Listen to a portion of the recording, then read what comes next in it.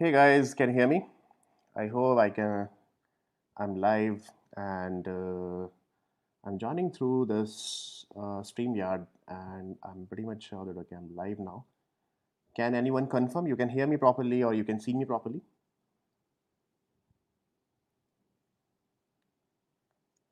Okay, so I think. Can anyone confirm?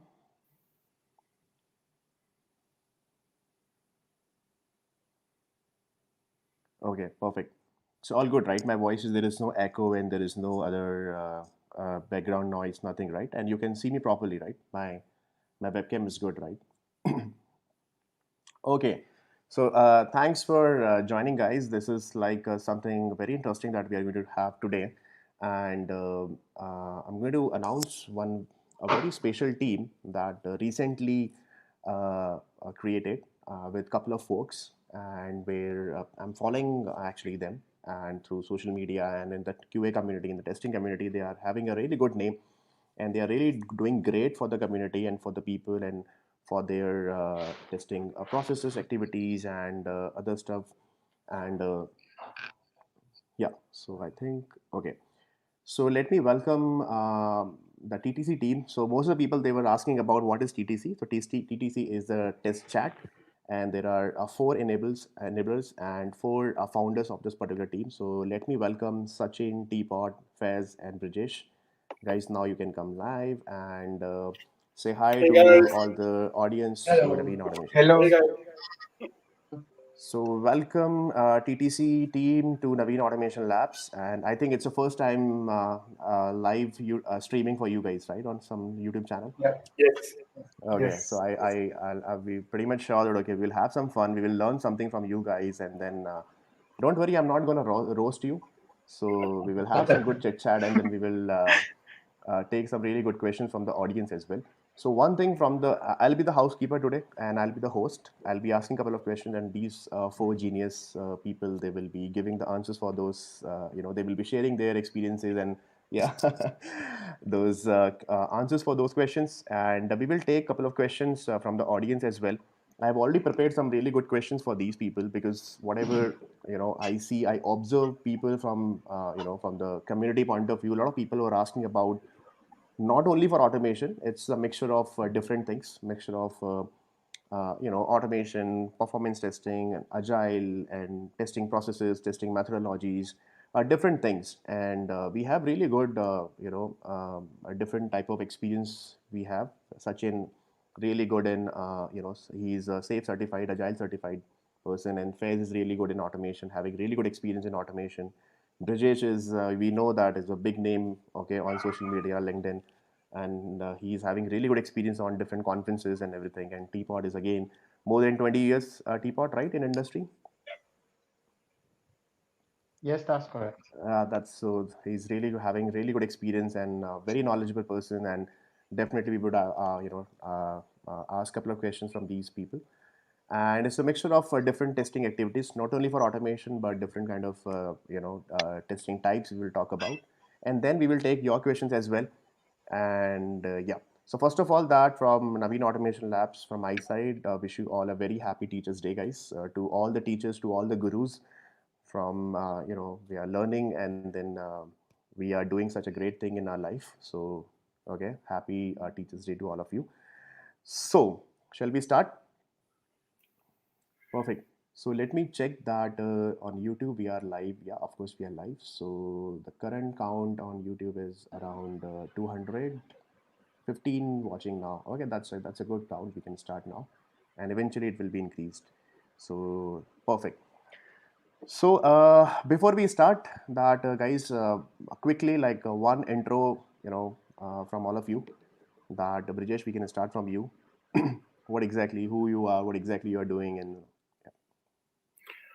Naveen, thank you so much, first of all, for that very kind introduction and for having the TTC enablers here in your channel.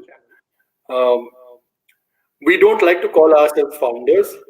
We are enablers, okay, because we enable things for for people. My name is Brijesh Deb. I work with Sojiti, Netherlands. as a senior tech consultant. I have almost 2 decades of experience, little over 2 decades of experience, in fact, in testing across the product lifecycle, automation, performance, security, whatever, to name it. Yeah, and I am really happy to be a part of this show today. Great, thanks, Vish. Then we have next Teapot. Teapot, first we would like to know your real name. People call you with Teapot, but what's your, you know, real name that we would like to know? Yeah, thank you, Naveen, for having us here. My name is Adebayo Jacob Samo. Well, a lot of people call me Teapot, and that's my chosen alias, to be honest. Like Brijesh, I have a little bit over 20 years experience in the testing world. I'm a private consultant. I have been for about 15 years now, consulting for different sort of clients all over Europe, a little gig here and there in America, and all sort of places. Great. So thanks for having me. Yeah, most welcome, Teapot. Then we have Sachin. Yeah. Hi. First of all, thank you very much, Naveen. Really, thanks Sachin, can for you please having us here. yeah, close to your mic? Yeah. Yeah. Now I'm on. Yeah, great, great. So yeah, thank you very much for having us. Like Vijay said, we are proud to be called as the enablers and our founders. So my name is Sachin Sharma, and I work for United Health Group in Gurgaon right now. And I'm talking about these days what I'm doing very much is everything I'm doing is TTC, the test chat. That's where I'm spending a lot of my time. Apart from the daily work that I have, I work as a automation consultant. So I'm pretty much working with you guys to automate that suite. And there are multiple things that I do as part of my job. But then a lot of time I'm spending with TTC. It's very overwhelming moment for me. You're my teacher. I've learned a lot of things from you, and I'm spending my teacher's day with you live. So thank you very much for this opportunity. Looking forward to have a great time next one. Okay. Sachin, before we proceed further, I think there's some problem with your voice, maybe it's with your mic or something. So better you use some earphone or something. That'll be great. Okay, I, Okay, just fix it and we will come back. So we have Faiz also. Welcome, Faiz. So let's have quick intro about you. Hello. Yeah, hello. So, so myself is Modi. So I am working with Mobicor Software Pune. I have 6+ years of experience, and and I have I think I can say that I have different type of skill sets which can which makes me a good tester, and it comprises of different kind of tool set as well some mindset some mindset and some critical and analytical thinking skills as well. So and yeah, and as Brijesh and Sachin has already mentioned, we like to say that we are enablers, not founders, and we try to be enabler for people, so that who are the part of the community, we try to enable them to to to do something for the community, or do something for themselves with context of testing. Thank you, Faiz. So I would like to know, guys, that what exactly TT is all about, that how exactly got started, and what are the different plans, in future, what are different upcoming events. I got to know that okay, today morning that you guys were having some testing challenge on through some you guys were testing some. I could not participate. I was like a little busy. So what exactly TT is all about, actually? Brijesh, maybe you can start. Yeah. Okay. So, as the name suggests, TTC stands for the Test Chat. It is basically a test chat group, basically to talk about testing and everything around testing. It started with the four of us a few months ago when we got together through a hashtag, nothing called manual testing.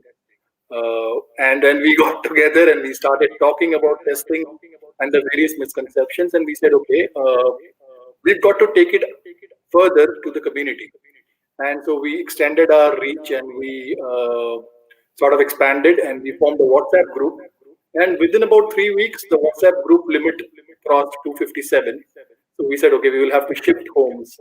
And then we moved to Telegram as our next alternative. And there are about 960 followers right now in that group already.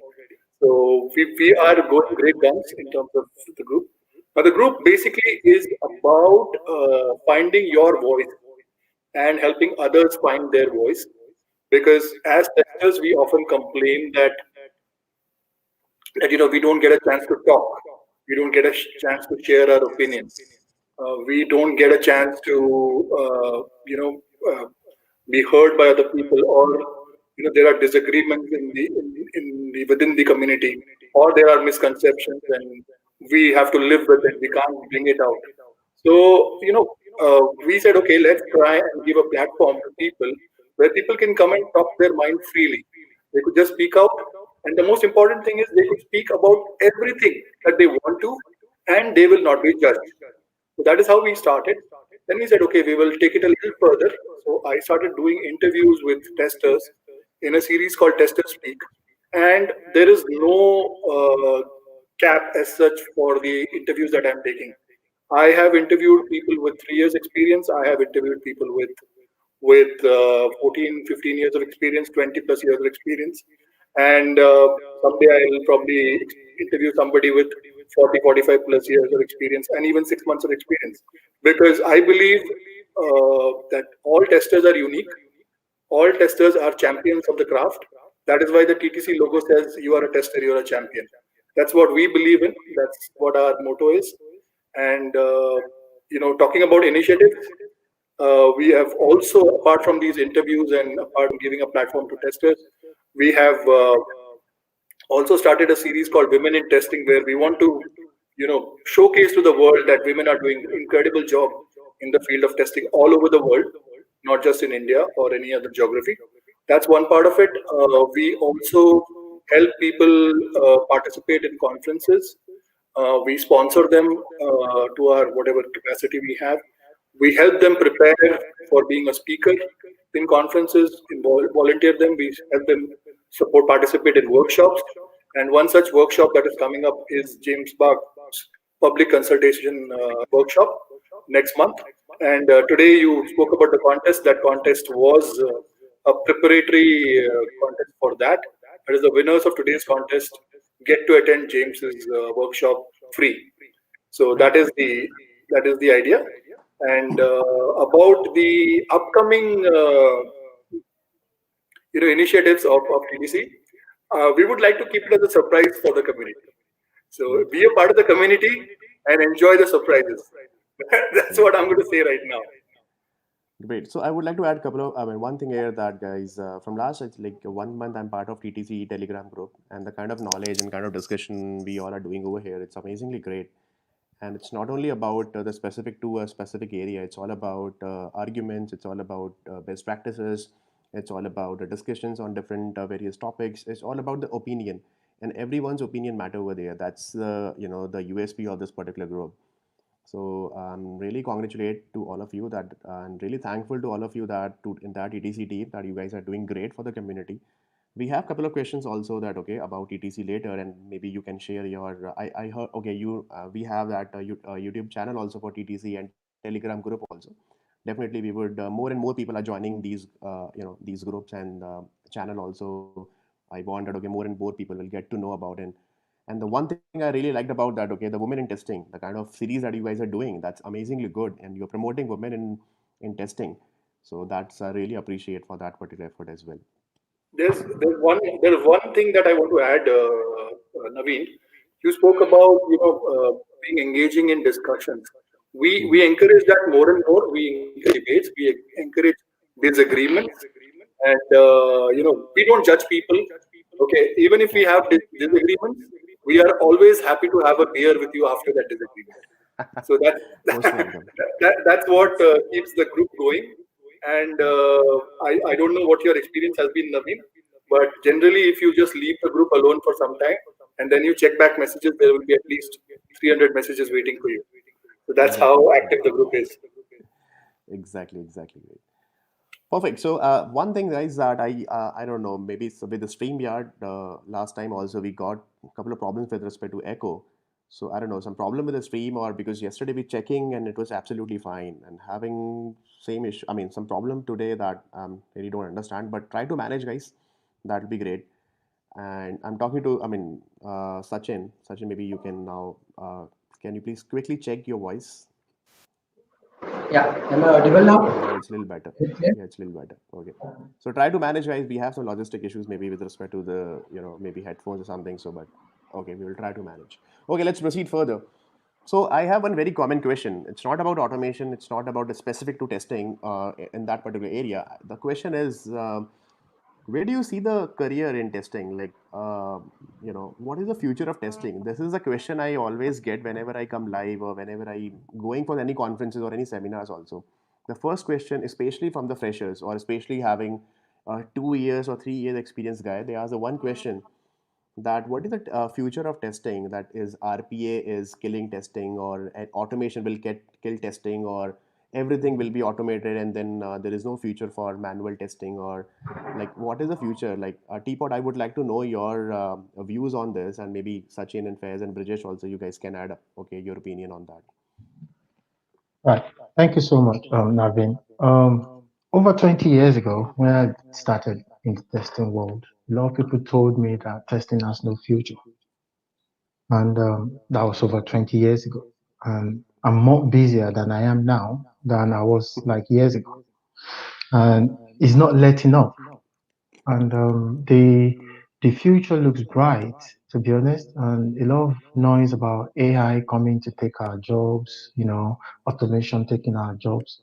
The thing is, in all of those set up, unless we start coming up with systems that would think, that would ask questions, that would deploy themselves, which are the core skills that testers have, we're still going to be needed, basically. We have to look after these systems. And I do tell a lot of people, when you look at the automation framework or any testing framework or any framework, if you take out the human out of it, there's nothing left. As of today, things might change tomorrow. So I'm looking at that and I'm thinking 10 years from now, we'll still need people to do testing. Now, the skills, the way they go about it might be different. What they actually do might be different, but something that I know will be constant is they need to be able to think. They need to be able to ask questions. They need to be able to plan. They need to be able to do a lot of things that their digital assistants, which is what I call automation tools, cannot do for them. And if anyone is thinking, oh, if I go into testing now, there's no future. Look, about 23 years ago, I was told exactly the same thing. And that was 23 years ago. And after 50 And years also we will be hearing the same thing that and I've why don't we had join Michael testing. Bolton said the same thing that years ago, and Michael has been testing probably before I was born. And they're still on it. So that's my perspective on that.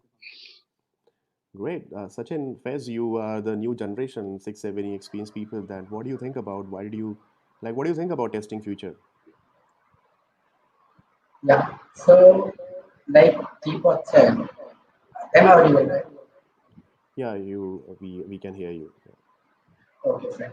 So, like Teapot said, that the story is started 23 years back as well, and it is right now also the same line, and probably it will be same 23 years ahead. One thing that I want to correct it, testing is definitely not going anywhere.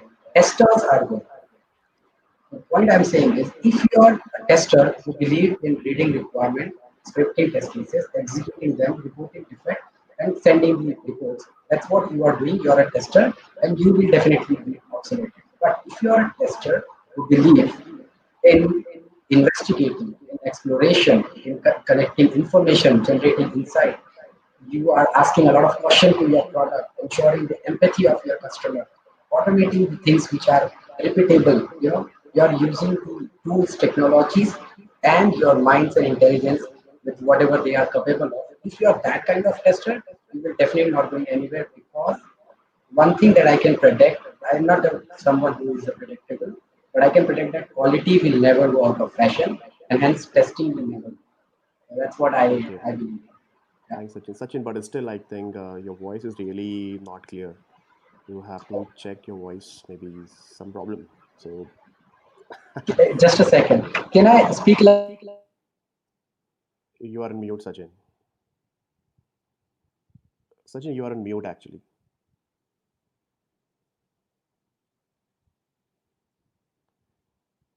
Okay, I was on mute. Now, can you hear me?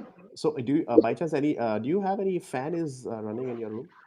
Ah, okay, yeah, I can Just, understand. Sure. just okay. So maybe we can talk to Faiz. Okay, by the time. So Faiz, what do you think about testing future? Yeah, so I would like to say that that as means some things will change, something will not change. So what will not change is like testing will always be there. Okay, and the what will change like maybe before 20 years or maybe before 20 means before some 20 around 20 years there was no no cellular devices and there were no smartphones, there was nothing like that. So only whatever the things were having software like web application, maybe desktop or mainframe computers, and for those things only softwares were there, and for that only testing was there. Now since due to rise of the smartphones, then also tablets, smart wearables.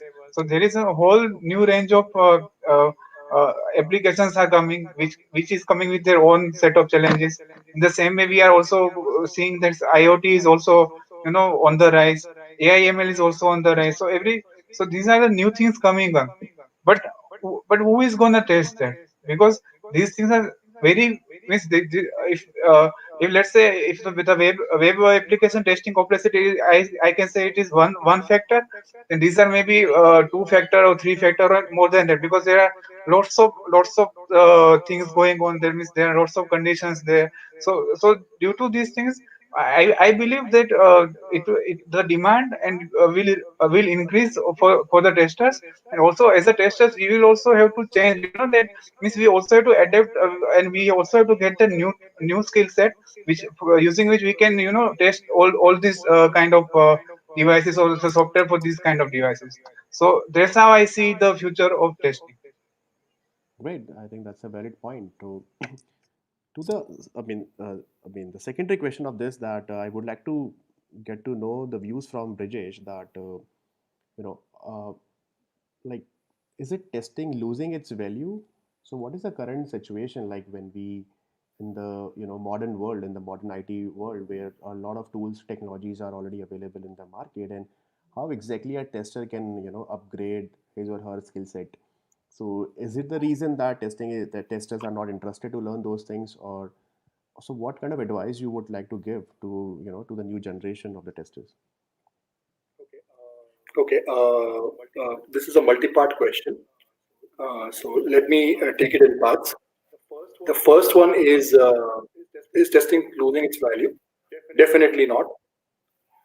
Testing is more valuable than it was before. But yeah, testers are. There are companies who are saying we don't need testers. And whether we like it or not, it is the FANG companies, the Facebook, Apple, Amazon, Netflix, and Google, who are making such statements. But the reality is that their products also have a lot of bugs which need to be tested. And we just found out through our contest today when that one of the apps that was tested today belonged to one of the customers I just named.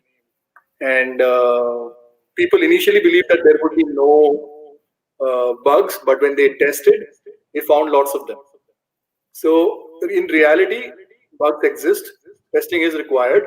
No matter how much CI/CD pipeline or whatever you put in, testing will always be required. Then, secondly, you spoke about upskilling. Yes, upskilling is very important. From a perspective, people need to understand that okay, when somebody says upskill, it is not just automation itself. I mean, you need to understand the value of it. Okay, we have a lot of misconceptions around testing. We have a lot of misconception around automation. Automation is not just limited to regression testing. Okay, if somebody may say, okay, it reduces effort, excellent, but it reduces effort otherwise also.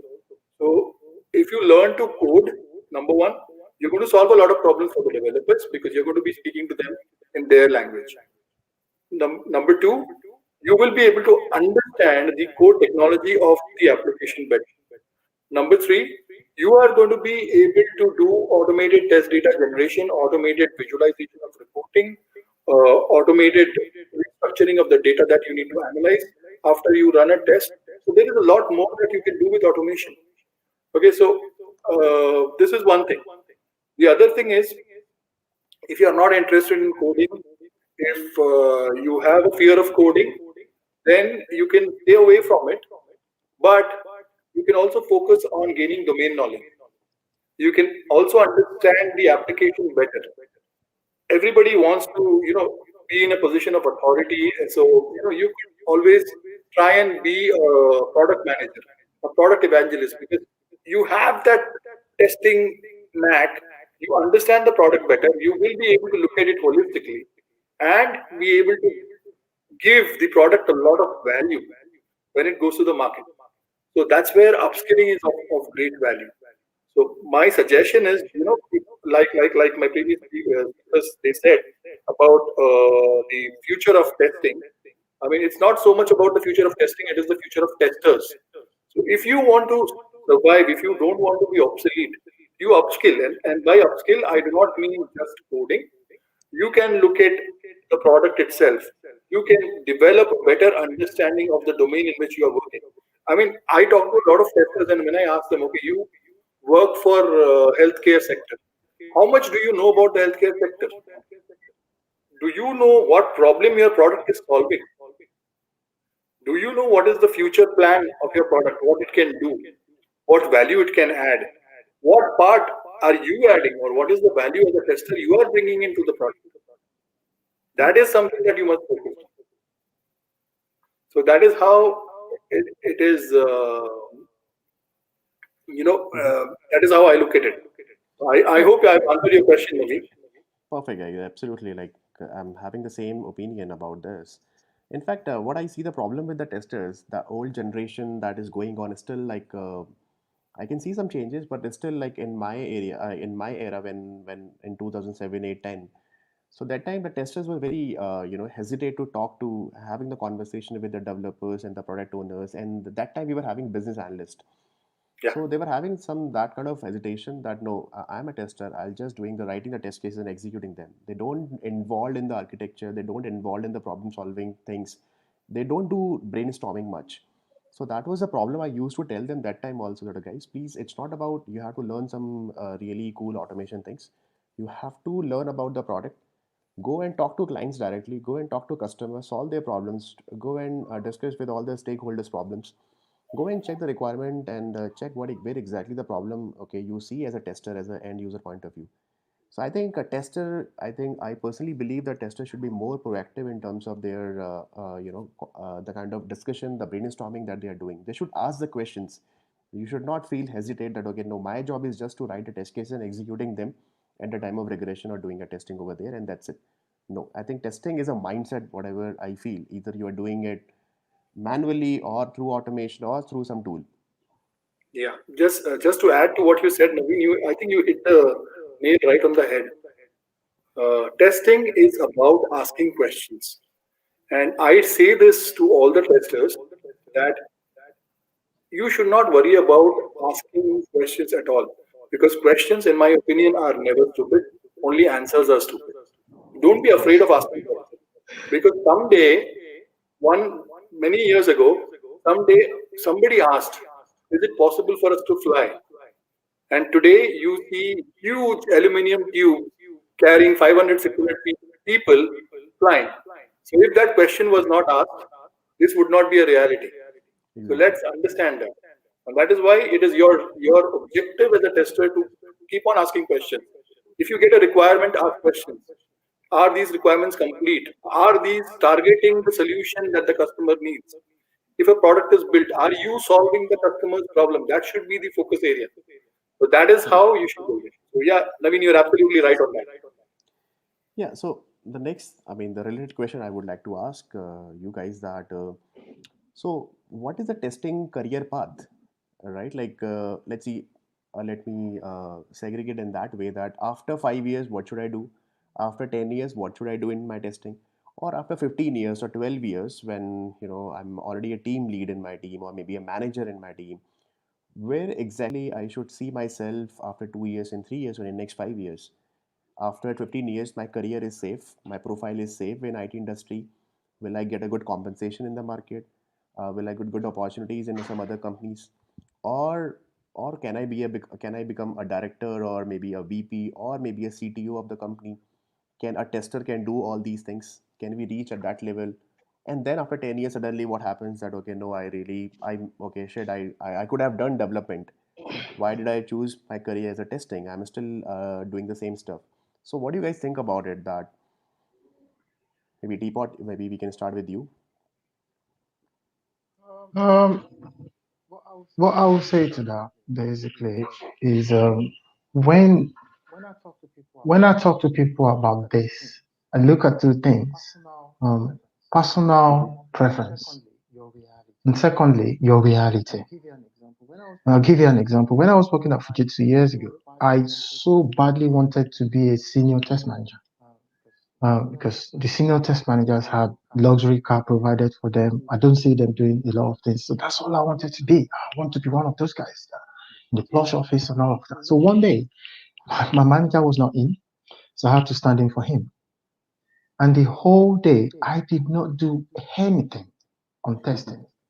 I didn't write no plan. I didn't do nothing. I didn't do anything. And at the end of the day, I felt so sad that I don't want to be that. I want to do testing. And that changed my perspective of what I want to be after that. Now, years later, I still do testing. I'm hands on. I love it. It's like someone is paying me to have fun, critical thinking fun. So that's me. And the reality for me is I had opportunity to work in so many different places with so many different clients at so many different levels. So for me, I still want to be a tester. I don't call myself anything else. I'm just a tester. That's what I want to be.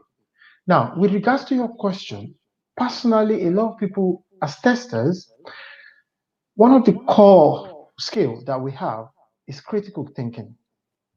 I laugh when people say think outside of the box. As testers, we think without the box. The box doesn't exist. So we think, just generally think. That's what we do. When you ask questions, those questions are coming from somewhere. That's because you're thinking. So there's so much we could be, depending on individual preferences. You could be anything. You could be product manager. You could be project owner. You could be business analyst. You could be subject matter expert. You could be anything. But if you want to look at yourself with what you enjoy doing, like myself, even though I do have options a few times to go, I know you know these things. Can you just act as a business analyst on this project so we can move on? I go, no, all I want to do is test. So it's individual preferences that really matter and the reality of where we are and what we're doing. And those two have to go together. Otherwise, we get confused and then we start using other people's metrics to project ourselves. Oh, that person moved on from being a test manager. Now he's now a agile scrum master. But his reality differs from yours. You don't even know what his personal preferences are. So that's my response to that. But see, even I have the same thing. But whenever I talk to people, see, everybody we cannot say that, okay, everybody would like to be happy with the testing thing. That like you and me and Vijay, Sachin, we all are doing it. Let's see. I'm happy whatever I'm doing. I really don't care about that, okay, I'm a senior manager or engineering manager or whatever.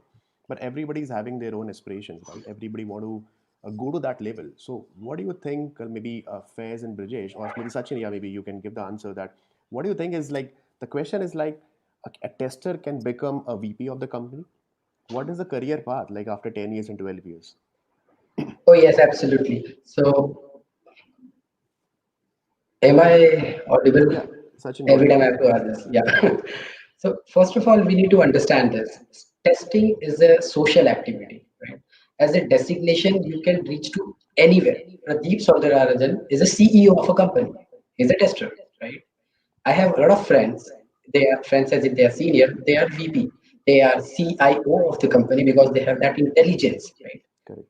But when I say social activity, so in your professional career, you have four phases ideally: follower, learner, leader, and influencer. Now, when you start any of your career, it's not about testing. You have to follow someone who is actually a leader or influencer. Then you have to start learning things and you become learner. Then this transaction of learner to leader is very important, wherein you have to select in which field you have to lead. Everything is open for a tester, believe me. Like Adi said, he said that SME, business, agile, and then technical roles, everything is open. But then you have to understand, it's not me, it's not Brijesh. Darwin had said that it's not the most intelligent species will survive, not the strongest, the one which is adaptable. Exactly. And That you is have what to I always adopt that thing. believe that. Exactly, Sachin. Yep, That's a very valid point that you took. That is like most of the time I was doing some arguments like with in fact, my engineering managers and the dev people that we are the most important. Like, how can you release a product without testing? Right? How right. if we are not putting our efforts in terms of testing and a company they are not following the testing activities over there. I have seen some blunders in the past where not a single testing activities was happening and there were no testing team and you are losing the business a big time. So Absolutely. let's take an example of NASA, right? If they are not doing any testing for their satellites and everything, then how can they survive, right? So for every Yep, small system to a big and giant system, testing is the most important thing, I think. absolutely. Yes. Right, perfect. So I have a question to, yeah, Brijesh, you want to add something here? Yeah, I just wanted to add. Okay, you gave an Brijesh, you have, example of NASA. Um, can you hear me now? yeah, go ahead, go ahead. Yeah. So the example that I want, the example that you took of NASA. How many of us know that for every developer there are three testers in NASA? That is how important testing is. And like Sachin said, I mean that transition that you want to have from being a learner to a leader, and then from a leader to an influencer. That's your personal choice. That's where you have to bring in the intelligence and the empathy that Adebayo spoke about. So it's a combination of what we are all saying and what you also said. That it is personal preference, of course, but you have to decide what you want to do. What I believe is that you should not chase power and authority. Instead, you should chase trust and happiness. Because if you Correct. keep those two as the goal, then you will have someday the power and the authority that you need. Power and authority are very temporary things. Today, Correct. somebody is the CEO, tomorrow, somebody else will be the CEO. But today, if you're happy, tomorrow also you can be happy. That's in your control. That's what I'm going to say. Yeah, Teapot, you want to add something? I just want to add something to what Bridget said quickly. We need to understand our position and responsibility. First of all, we're talking about testing. A lot of people seems to get fixated on being a test lead or test manager or test man or whatever, testing something. We need to understand that those are responsibility given to you, either in an organization or in a particular project or what it is. Primarily, you are a tester. You need to understand that fact. Now, if you are talking about moving on from doing testing to something else, then what we're saying now matters. But if there is a misconception that I want to move from testing to being a test lead or a test manager, no, you're just seeking additional responsibility. It does not necessarily mean you will get those things. If you could be in an organization where there are people who have experience and knowledge than you, and you never get that opportunity to lead a project, it doesn't mean you are not as good. It just Exactly. means you escape that responsibility. So responsibility differs from our role and what we do. So we need to establish that. I just need to quickly add that. Perfect. I think that's absolutely perfect. Great. I think that's a, I mean, great message from all of you to the community, and I'm pretty much sure a lot of people are hearing this, and then they will get some idea that guys, we have great career in testing, and testing is all about your passion and happiness. You should be happy, and you should feel proud that okay, yes, I am a tester. Okay, you should not feel that low about it. Okay, you by mistake you prefer testing in your career and then you are doing some regret over there. I think in development also you can see the same thing, but I think it's all about the mindset, and you should be happy when you choose your career as a tester and you are testing it, and without you, you cannot release in the market. It means you have a big value in the market. That's I think the most important. I think the most important person in the team is the tester, according to me. So great. So Fez, I would like to ask one question to you. That what do you think that I know most of the people they you must have already about okay this particular question from most of the people that can we survive with the in testing field or in testing with only automation. What do you think? Like, if I'm really good in automation, I'm genius in automation, and then I can do anything what I want in testing, but I don't care about other testing, other testing concepts. But I know cool stuff. I really write some really good Java and Python code. So, what do you think about this mindset actually? Yeah. So I will try to give one example here first. That then let's say testing. So the test automation is just a part of testing. As a testing, we are doing so many different types of activities, right? So now I want to give an example that let's say testing is is a black coffee without milk, and the test automation is the milk. Now what is now let's say that yeah, if I want to have coffee, so black coffee will do, and to have milk or not is my personal preference, right? But if I would only choose milk, then I won't. But then I don't definitely want a coffee, because to make coffee I will need coffee. So in the similar way, also there is also one more thing is that when we are doing test automation, so I completely agree, we are doing development. It is a development activity I consider, but sorry, but the what can I say that the objective is a different. So when a development of an application is happening, so it's like to solve a problem. And when we are doing test automation, so we are kind of solving a different kind of problem. We are trying to make sure using some regression tests or something, that whatever problem the product is trying to solve, it is actually getting solved or not.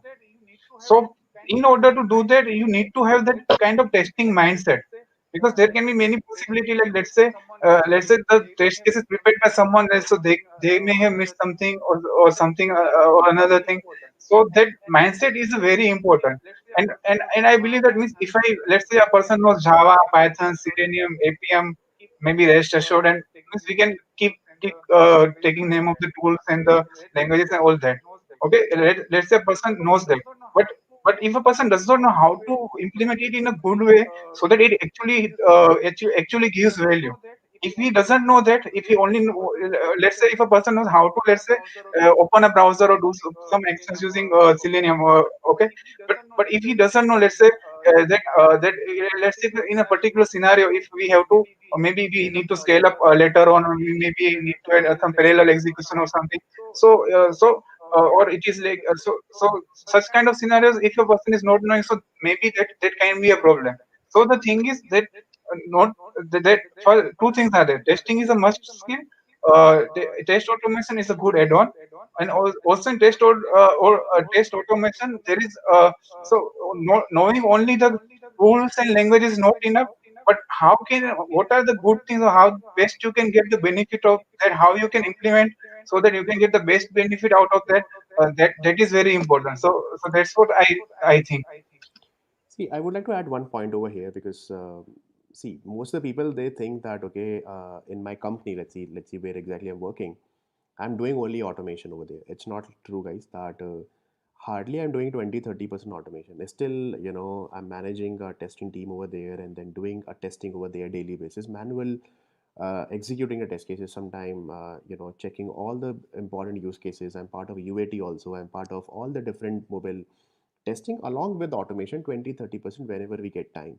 Although being an automation specialist, having a YouTube channel, and still I personally believe the values, my roots are from testing always. We should have Uh, Definitely, we should know about automation, but the automation is just to do some smart work. Let's say I have 1,000 test cases and some really boring, repetitive test cases or tedious job I'm doing again and again manually.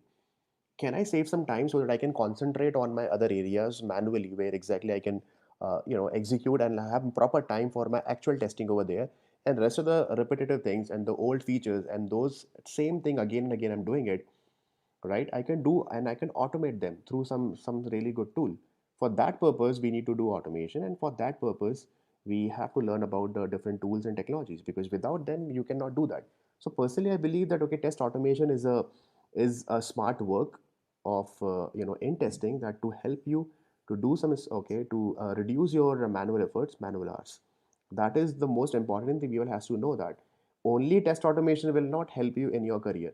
You will learn n number of tools and you don't know how to implement it. And I see a lot of codes, people are not writing assertions, people are not writing validations over there, and very plain script they have written some really good code that they have written, but they forget to cover all the use cases in their testing. And if your regression testing, let's say you have automated, and that particular automation is not finding the bugs, right? Then what are you doing with the testing, and the bug is coming from the production, and then and during the UATs, then what is the use of automation? Right? We have spent the budget, we have spent the resources, there should be a return of investment on testing. So there is a test automation. It's not only for automation. We have a include testing flavor over there. The testing mindset is also important in automation. Yeah, Brijesh, you want to add something over there? I just want to add, I mean, great point, Naveen. And this coming from an automation expert adds a lot of weight. Now, something that we need to understand is we do not often discuss about automation as to how do we bring it in. I mean, we are all caught up by a bandwagon bias. You know, somebody is doing automation. It's working for them. Let me try it. Okay, they are doing, and the management will say, okay, give me 100% automation. Things like this will come up. Okay, Correct. so how many times do we have automation discussions starting with a feasibility analysis? Correct. Okay, what percentage or what features can actually be automated? Number one. Number two, if we are going for automation, are we automating in the right layer? Okay, Yep. just merely doing UI does not help. Are you going, levels below that at the API level? Are you doing? Now we are talking about, operation technology also coming in. So we are seeing device. Are we doing device level automation? Okay, are we doing automation where sensor data can be automated? Are we looking at that? So we have to think at the various layers also. That is also very important. So it is important to first of all keep an eye out and do that analysis, and that's where the testing skills becomes important. The craftsmanship becomes important. Your test design becomes important because automation, yeah, you can write beautiful code, but like you said, I mean, if you forget to assert or if you do not do the basic things right, it does not help. So great point, Naveen. I think you've once again hit the nail on the head. Yeah, and one thing I would like to add, I think it's a very serious discussion that we are doing here, that the management also, think about it. Management should not force you guys or testing team that okay, no, automation is the only key. Yeah. And this is something a really bad thing I always hear about, okay, guys, that let's automation is not the only thing. That's why I don't like SDET profile, right? What do you mean by SDET? Like software development engineering testing. It means you are enforcing everyone, without testing you cannot, I mean without automation you cannot do anything. That's a Yeah. bad thing, that okay, management is also expecting a lot, that okay, hey, everybody, you having a very critical complex application where automation is very limited, you can do that, and you are hiring for 10 SDETs over there, and they are just having their own personal growth inspiration, that okay, hey, I'm coming from an automation background, I'm having really cool stuff in my background, in my profile, I know this and this and that, and I don't want to do any test case execution, I don't want to involve in manual test case execution, writing a test cases over there. I don't want to read. In fact, the problem with the automation engineers is that they not even read the requirement also. That is the attitude problem with the automation engineers. They always feel that okay, no, this is the cool stuff that I have. I really want to write up some automation, and manual testing is the boring thing, right? And I really don't want to do all those things. I'm here only for automation. I'll do work for the next 1 year and 2 years, and the moment I get a new package, I'll just jump over there. So that is the problem with the management also, enforcing unnecessary, automation where automation is not needed as well. Yeah, that's true, Naveen. But I can tell you a group of or a set of testers that can be obsolete in 5 years. If you are vast in automation, if you know how to use all the automation tools out there, even those ones that have not been created yet, in fact, if you build the best automation tool out there and you don't have the concept of software testing, you will be obsolete in a year. Exactly. Because all you know how to do is use tools. You don't understand why Hmm. you are using the tool, what the objective of using the tools are. And look, the population of the whole world is in the 7 billion people. As long as we have people, the bulk of who don't know anything about technology. I mean, how many people in the whole world are in the IT sector? Less than 10%. So you have like 6 billion people who depend on quality products. And we are Correct. of the quality. So we need to think more like the end users most of the time. And these guys don't care about which code you know how to write. They don't care what development language you wrote. Look, listen. When I pick my phone up and I want to call someone, does it work? End of story. It does or it doesn't. They don't care whether you use APM or Selenium or something or whatever it is. So we must not limit ourselves to the tool thinking that is tested. No. Those are tools that assist us in doing anything. But a lot of people have management telling them, oh, we are recruiting and employing you and we have Selenium. What if we don't need Selenium? So this is one of the areas the TTC is focusing on. We as testers need to be upcoming and speak up. We need to challenge this bias. Not all of us might be able to do it, but at least we need to be able to say something to go. Look, we would advise you what sort of tools we need. But if you set out to go and learn all the tools and you missed out on the fundamental of what you're supposed to be doing, you'll be obsolete in 3 years. Correct. Well, uh, Naveen, I just want to add one thing. You used the word manual testing. Yeah, we are coming on this point.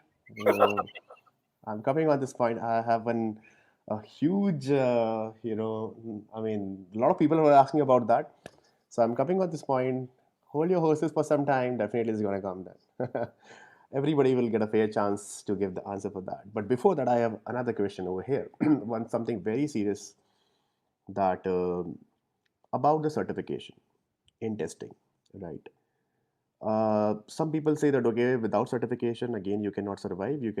People won't entertain you, companies won't entertain you, HR people they will reject you, and hiring manager also they will not screen your resume because you don't have any certification in your bucket in your pocket. Certifications like I'm talking about that ISTQB, ASTQB, and different CP or a lot of other certifications are available. In fact, some institutes are there in the market. They are giving certification for open source like Selenium, and in fact, for Selenium, we don't have any valid certification. Simon Stewart, who is the creator of Selenium, clearly says that, okay, if someone is giving you the certification for Selenium after the training or whatever, or Udemy also, they are selling the snake oil over there. So that's totally wrong thing. That the certification, according to me, doesn't matter. What you guys think about it? Let's start with Fez and Sachin. What do you guys think about certification in testing, especially with the ISTQB around and all these certifications are really important to have it? Yeah, Sachin, go ahead. Yeah. So, well, I'll take this. Uh, I'll add the commercial aspect of the certification right now. It's commercial because the institutions are treating as a business of providing certification, and it's a commercial for someone who is doing certificates because HRs are asking for it. So I'm not sure about other region, but for India, and it's very clear, and most of people will resonate that if you want a good job, you need to have certification. But if you want to do good in your job, there is no need of certification. Your knowledge is important, right? So it's a bad thing, or maybe we are unfortunate, but 90% of job description they ask for certifications, and I don't know if people get that knowledge. They pass through dumb questions, some uh, few five question papers that will be there, and you just need to sometimes they say A, B, C, and they get cleared sometime. That's what certification is. But yeah, to face that gate of getting into job, sometimes you need certification. I don't support having certifications, but for testing, there are other certification which are important. We can maybe discuss on that one. But for testing, there is no need of certification. If you want to do good in your job, it's Exactly. not I can required at all. quickly add one For point me, here it's that what I see certification will fine. It's giving you a confidence, that's okay. But certification sometimes people give you that overconfidence. The moment you clear the certification, you certify yourself that okay, yeah, I am Selenium certified now. I can make a rocket now. yeah. Frankly speaking, this is the overconfidence people are getting it that okay, now I'm Selenium certified. I'm ISTQB certified, so I know testing very well. That is the wrong concept. That is the overconfidence according to me, Yeah, right? I mean, in addition to, or I quite agree with what you said, Navin, but this is the way I would rather everybody relate to certification. See, when I'm on a project and you're doing something, what you're doing, the way you're going about it, the way you are doing stuff, will tell me what you know. At that point, that is all that matters. Certification is a personal, for me, is a personal satisfaction to challenge myself. Like, oh, I've been doing agile. I've been doing agile practices for 5 years. Let me go see what this certification is about. And then I will go and write the exam. A lot of certification as well. No one's ever asked me for my testing certification anywhere I go. But this is the thing. When you look at ISTQB, for example, it was useful once, right? But it is now, a lot of things have changed. I mean, I've been doing 20 years. I know people who've been doing 40 years of testing. So we don't really need to discuss something. We can reform it. We need to get over it and go, "Look, guys, we don't do it that way anymore." Okay. And when people look at certification and go, yes, I'm the rocket scientist now, I can build another planet by myself. Look, listen, you are only going to show someone like me what you know, not because you flaunt a certificate. When you are on, you would not walk into your office every day flashing your certificate. Yeah, I'm certified in agile. No, I want to see what you know. Wait, it is in doing it that I will tell you, I like what you're doing. Is that like, did you learn that from something? And then you can tell me. I don't need to see your certificate. So let's not get go over on how many certification we get. How many? No, no, no, no, no. When you are on the job, when you are doing it, how quickly can you apply that knowledge to get out of the situation you're in? People say knowledge is power. I disagree. Correct. Applied knowledge is the power. You can know something. If you don't do anything about it, you're just wasting time. But if you know something and you apply that knowledge, no one will ask you for a certificate. And that is my attitude toward it. Exactly, and that guys, I would like to convey this thing to everyone who all are watching this particular video that guys, there is no certification, and someone is giving you the certification and asking for the money for that. That's a totally wrong thing. Better you spend your money on some good courses. Nothing is free in this world. You spend some your money on some really good books and some really good courses on internet, or maybe some investment you have to do in your learning, not on certification. I think according to me certification is totally wasted of money. Fez, you would like to add something on automation certification? Yeah, so I would like to add that means I think it in two directions, that not having certification does not mean that you do not have knowledge. The similar way, having certification also does not mean that you definitely have knowledge, because there are many ways to many ways to get the certifications. So Yeah. for me, how I look at it is that that if you are interested to take a certification, then definitely go for it. But if you are not a person who likes to give exams, or so you can, so it's not a mandatory way to upskill in your career. If you are having that knowledge, so maybe let's say, if you are saying automation, right? So in automation, I do not believe, yeah, we maybe can do Java certification, but apart from that, there are not any other tool certification as well. And also Java certification also, it has a kind of mix of theory and practical, but is more of theory and less of practical. So Correct. even after doing Java certification, one cannot know, one can know maybe that the concepts are maybe clear, but one cannot say that practically how that the person is good. Also, one more thing here, that even if the person is use some unfair means to clear the exam, clear and have the certifications, then maybe the person is not clear in theory as well. So in automation, I think what I believe I would like to mean suggest people that there are things like hacker rank. There are platforms like hacker rank. You can also go to GitHub and create your own repository.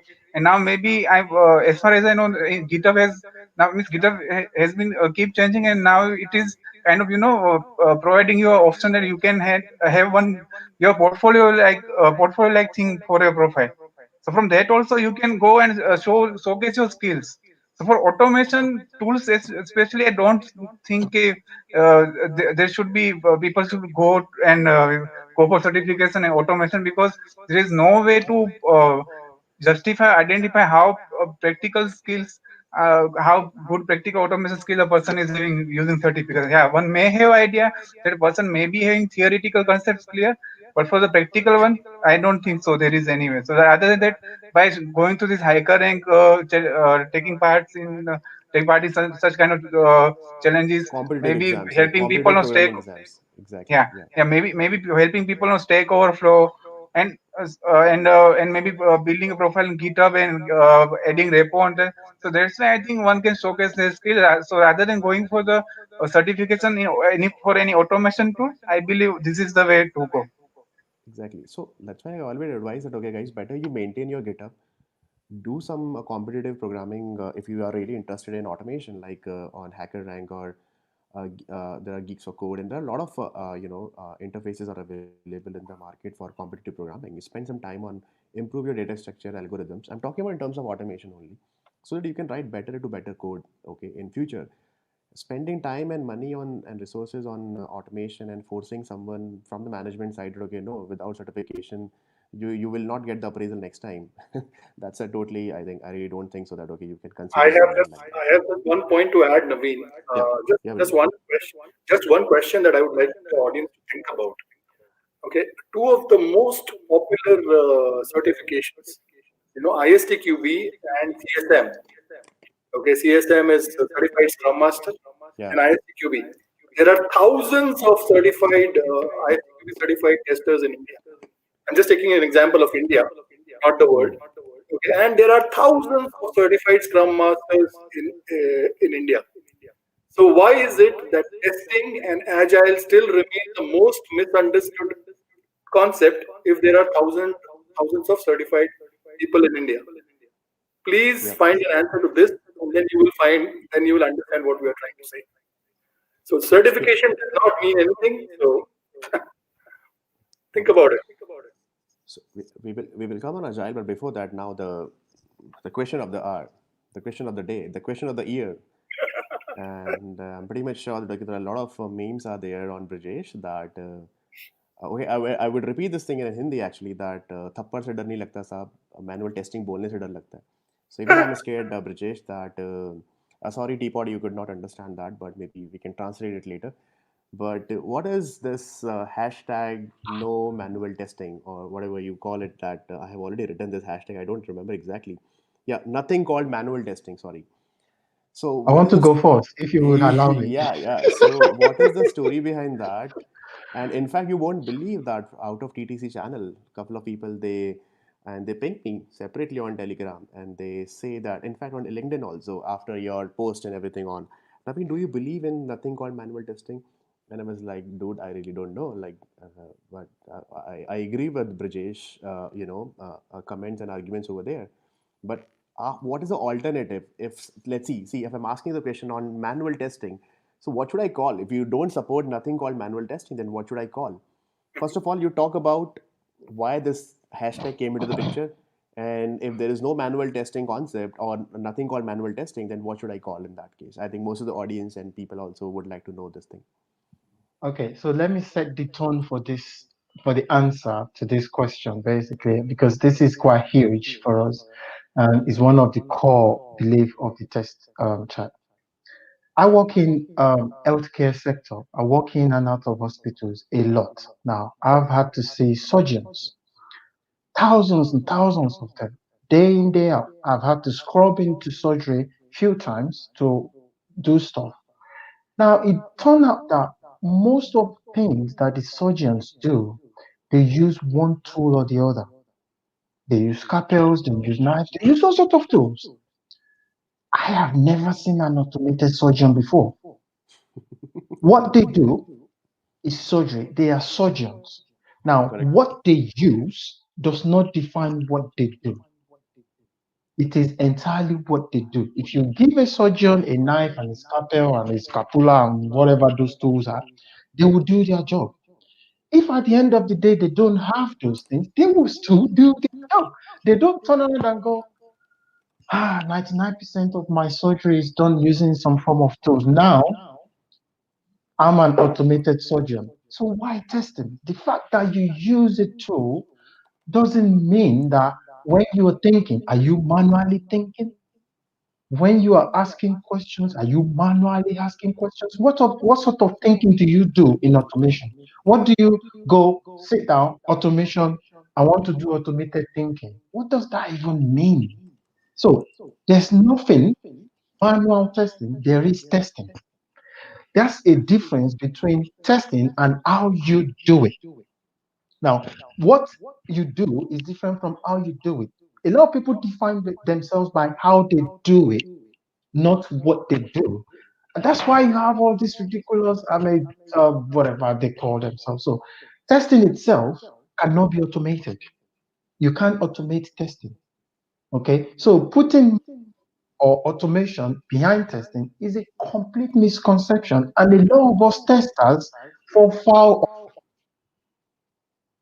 So that set the tone for the responses the guy will give you. I just need to quickly mention that, to be honest with you, because when you go manual testing, the manual testing, that calm down, relax. When you are doing your automation checks, do you do thinking in automation? What tool do you use? Can someone give me a name of a tool that helps you think or help you in asking questions? No, you don't use any tool for that.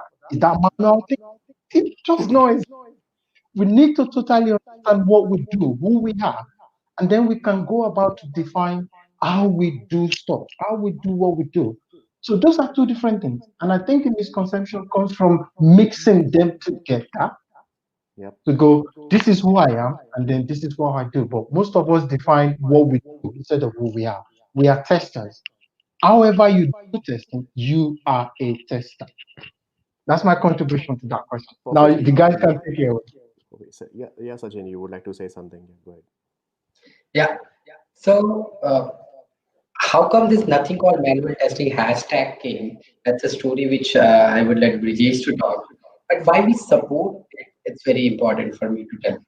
So, see, the recruiters or the person who are giving this name to us, so their inefficiency of finding the name, they are treating that as a compassion for us.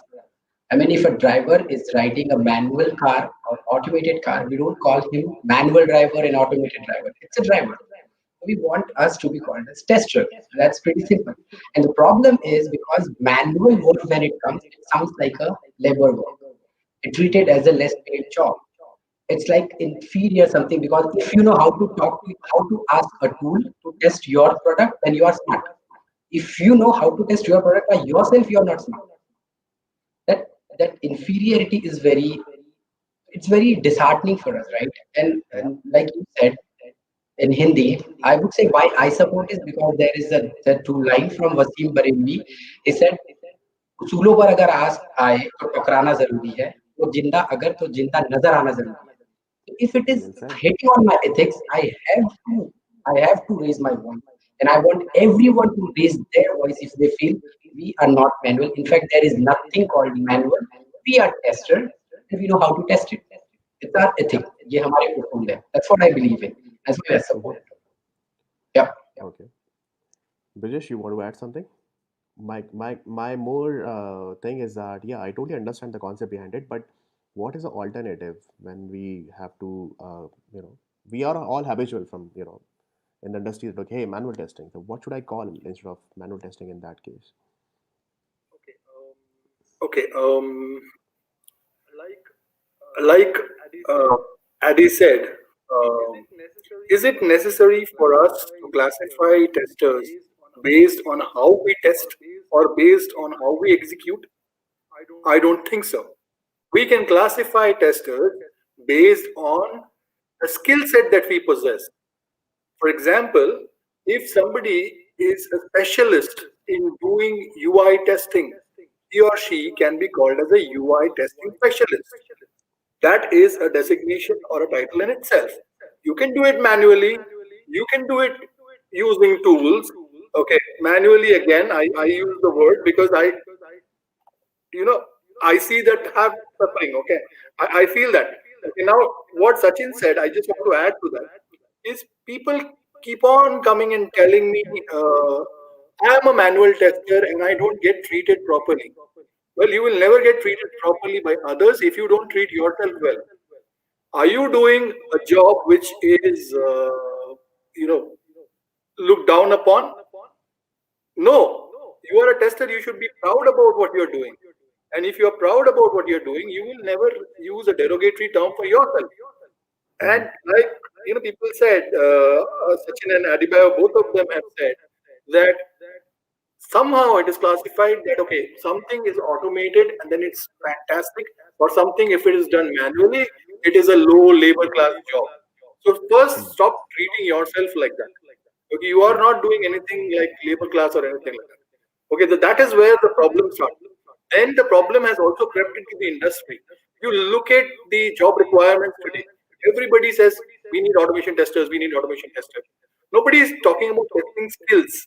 Nobody is talking about craftsmanship. Nobody is asking in the interview about test design skills.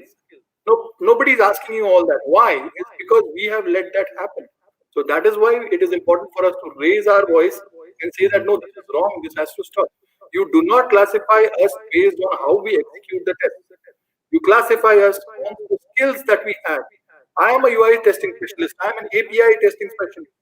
Okay, I am a performance testing specialist. I am a security testing specialist. There are so many ways of calling it. Okay, if you are specifically looking for a term to replace uh, manual testing, well, manual what we call as manual testing is more based on experience, one based on our empathy, based on how we interact with the product. So Michael Bolton has suggested a very good term. It's called experiential tester. Exactly. Are we happy with that? Probably we are, but I still don't agree with that because we are still classifying testing on how we do it, and that should not be the case. It should be based on the skills and not how we execute the testing. That is where my disagreement is, and that is why I started it. I know there are a lot of memes. I am happy to be a part of all those memes, but I will always stand by it, and I'm glad that the community, these three gentlemen came forward and said we have got to stop this misconception. Uh, we added this to our LinkedIn profiles also. We got a little bit of backlash, but that's fine. We see that the industry is talking about it. We at least have got heads turning, people raising their eyebrows and asking. Because we go back and ask the recruiter, you've asked for a manual tester. What does a manual tester do? Does he test manuals? No, right? So we've got to do that. We've got to raise objection. I mean, you don't see a manual developer, you don't see a manual recruiter, you don't see a manual manager, you don't see a manual surgeon like Teapot said. So why do you have to see a manual tester? I mean, come on. I mean, all the development that people do, they write the code, right? Even if we talk about AI, okay, I was talking in a conference a couple of days ago, and I said that, and I say it here again. The day an AI enabled self, uh, you know, uh, uh, what was it? The prediction data is coming through AI and the self analysis. Self healing. Self healing. Yeah, correct. An AI enabled self healing test framework. The day it is able to test itself, I will put my money on. Yeah. Okay, so that's the thing about it. You need testers. You need human intervention. So if by human intervention you mean manual testing, well, that's what it is. But I will not use the word manual testing. Absolutely. That's such a great thing, Brijesh, that and I can see the changes on LinkedIn that people are actually following it, and people are actually using this hashtag in their profiles and their post. And such a great reason behind that you guys have put across to the community. And now it's a clearly, the broad mindset people have to think about. Okay, what is the reason behind that? Okay, behind this particular terminology that you guys are using it, and it's absolutely, I totally agree with you guys that. Okay, so I have another thing that now let's talk about for the learning point of view that what are the best resources for learning for a testing, like for testing. And then I see a lot of blogs these days. I don't want to take anyone's name over here, but I see a lot of blogs. People are they started their blogging communities, channels, as well as YouTube channels everywhere, and they're talking about the difference between regression testing, retesting, and then a typical how to write a typical test case and all those things. So, what do you think? Is it a right way of learning? Is it a right way of learning the testing concepts and mindset and everything? So, what do you recommend, guys? That what are the best learning sources for testing? I would like to start first, and then the other people can chime in on this one. My opinion on this one, Naveen, is that as testers, our first instinct should be to question. Okay, any resource that is available, I would like to question that as to from what the thought process is coming from. So if there is a resource available which talks about say selenium or any other tool or is so what is the ideology behind that, we should understand, because there is so much of misconception going on. There are a lot of articles which are you know uh, which are very very dangerous to the community, if I may say so, because a lot of misconception is also being spread across through these articles, through these YouTube channels, and I mean there are channels like yours, like that of Mukesh, like that of Raghav, that are doing fantastic job. Not just talking about automation concepts, but going beyond and talking about testing or other. They are bringing up. They are actually showing what is the ideology behind that. Okay, so if there is a tool in place, or if there is a process in place, you guys go ahead and explain it to them. Without validating that, if somebody is merely trying to say, okay, I'll pick up these notes, I'll go to Guru 99 or whatever website and start learning from there. If you're not questioning that knowledge, then you're not doing the right thing. So as a learner, you should first be able to question that, and then if you find the answers, you would like to verify that answer with a lot of other people. Okay, saying, okay, what does the community think about it? What does the group at large says about this? Okay, I will bring it up to a forum. I will bring it up to a community of testers and say, okay, guys, what is your opinion? Is it the right direction in which I'm going? You always validate your learning. That's how you begin, because there is a lot of content available online. What to trust, what not to trust, it is again your instinct. I will not take one person's opinion and just buy it. You know, that's what I would say. Yep.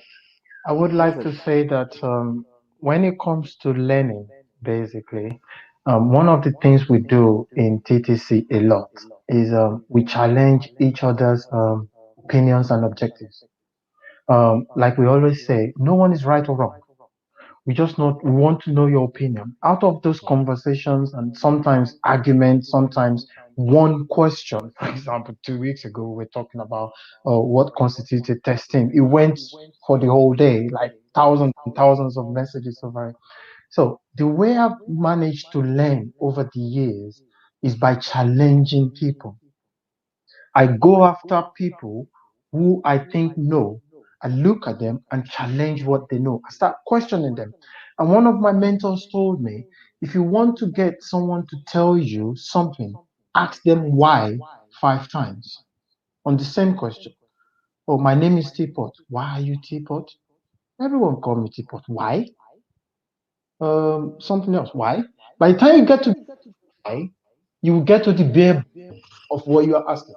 Secondly, from those conversations leads to blog articles. Those conversations come up in some other training. And then people share links and say, oh, what you're talking about, there is a member of the TTC. Once you ask a question, instead of him responding to you, I'm not going to mention his name, he just give you an article to go and read. So you can read, learn from articles and all of that. But one thing I would encourage everybody to do is to apply those things. Don't be a professional learner. Don't be the one that is always learning, learning, learning, learning. At what point are you going to apply that knowledge? Learn something, do it. We have a saying on TTC, we are there to learn first and then teach. You get better by teaching. You get better by telling everybody else what you know. As a matter of fact, it refines your thinking. So you get every single day when you do stuff and then teach people and then talk about it. So the more you talk about things, the more you talk about what you're doing, how you're doing it. Someone might come with a better option or better opinion of actually, you've been doing it wrong that way. How about you try this? How about you do that?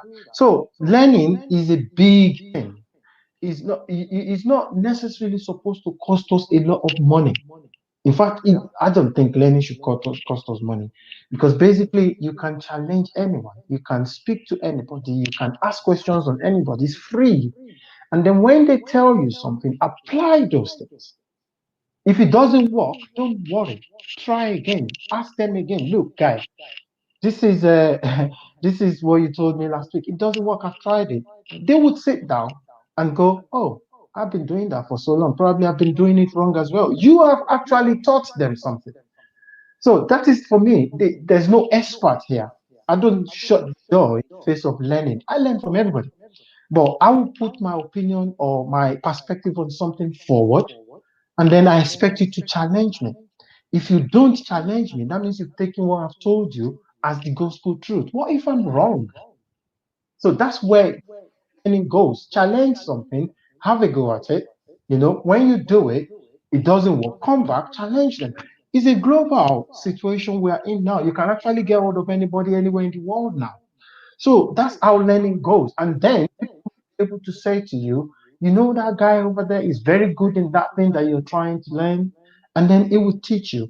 But the conversation already started. You're not going there. Oh, Naveen said I should call you. So you're going to help me. Okay, help you about what? But if you go there and go, Naveen mentioned that you know quite a lot about APM. I'm at beginner's level. What can I learn from you? Naveen will get straight into the conversation. You don't need anybody to because you've exactly stated why you're there. So he knows. When you don't challenge people, when you don't ask questions, when you don't look for resources, there's so much resources out there that doesn't even need to cost us money. You just need to find it. And when you learn those things, apply it. When you apply it, teach. The last part of it is the actual key to you getting better. Because I tell people, when you're talking about something you may not see it, but it's different when you're talking about something you've done. Your face light up. Any Correct. of these guys interviewing manager would know. When you're telling me what you've done, I can see your countenance. I know that this guy have actually done that thing. He carries the scars. So I have tendency to believe you when I say that, look, this guy have done this thing, then I can learn from you. And that's the way I've been learning since. And I would encourage everyone to try. Perfectly said, Teapot. I think I absolutely agree with you on this. Yeah, Sachin, you want to add something over there? And then we will take the next question. Yeah, I'll quickly add one thing. So you know what, the this is a great question for this kind of environment which we are living. Google is there to give you all the resources, but then the SEO comes. Now, if I search spirituality, I see spirituality bar in CP. Right? That's first thing I see. So it's very difficult to search something and find what is good to refer, right? Yep. Because of these SEO things. So how what is the answer of it? How to get or to land to perfect place where you can find the resource? I did that. You have to join such communities like TTC where you have all minds there, and you have to just quickly check that okay, I believe this particular resource is good for me to understand this particular concept. Can I go ahead and refer it? And you'll get the answer. That's how you have to find your resource. There is no thumb rule. You just have to pick it and evaluate with the insightful people, and then go ahead. That's I'd say. Great, great. Yeah, absolutely right. And guys, one thing I would like to mention over here that okay, we are not having any kind of intention that okay, we are making any rules over here. We are talking about our opinion and we are sharing our opinion and nothing called manual testing. It's totally your choice. It's whatever you call, you just do that. It's not like we are writing a rule book over here and there are no rules or regulations defined by there is some community in testing. It's nothing like that, right, Brajesh? That I hope you agree with that. It's not like okay, a certain what is regression testing and this is the exact definition we have to tell. It's totally your choice. You can write your own definition of testing and tool or whatever you call that. So we are not here to define any any rule book over here. We are just sharing our opinion, and if you totally agree with this match, and perfectly fine with us as well. Absolutely, Naveen. I mean, there is no compulsion on people to believe in whatever we are saying because nobody holds the monopoly on truth. Correct. Okay, so I mean, everybody has their own way of looking at things. Everybody has their own opinions. Everybody has the right to express their opinion and feel the way they feel about it. Okay, if you agree with us, fantastic. If you have a disagreement, bring it forward. We would like to learn from you. Okay, because disagreements, in my opinion, are the best source of learning. Okay, so like I said earlier, I mean, if I disagree with you, doesn't mean that you're my enemy. I would definitely like to have a beer with you later because I'm learning from you. Okay, so that's how we look at it. That's how we learn, and that is exactly how it happens in TTC. We challenge each other often. Okay, James Buck is a part of the community. I mean, we have challenged him a lot of times. He loves being challenged. Okay, so that is how we are also learning.